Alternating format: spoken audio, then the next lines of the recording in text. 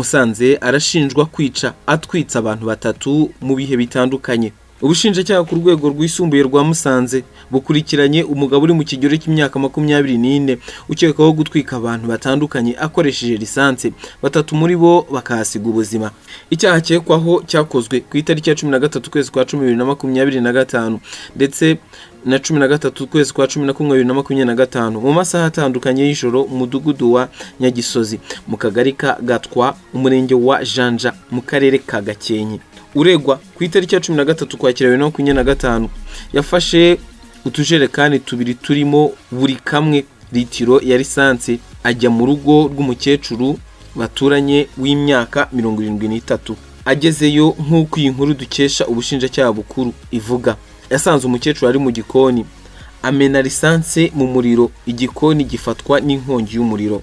Abaturage baratabaye basanga umukecuru n'umwuzukuru we w'imyaka 10 bahiye bikabije, babagejeje ku bitaro bya Gatonde bahita bapfa, naho undi mwana bari kumwe w'imyaka 14 akomereka bikabije. Uregwa nanone ku itariki ya 13 Gushyingo 2025 yagiye mu rundi rugo rw'umusaza w'imyaka 72 akaba ari na se wabo, asanga baryamye amena ikirahure cy'idirishya abamenaho lisansi, ubundi abarasiraho ikibiriti barashya.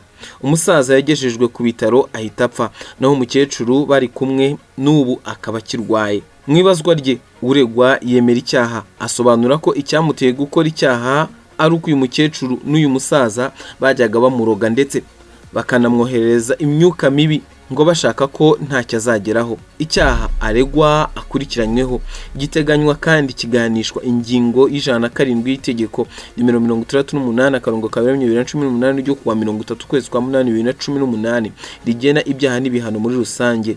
Nikimuhama azahanishwa igihano cy'igifungo cya burundu.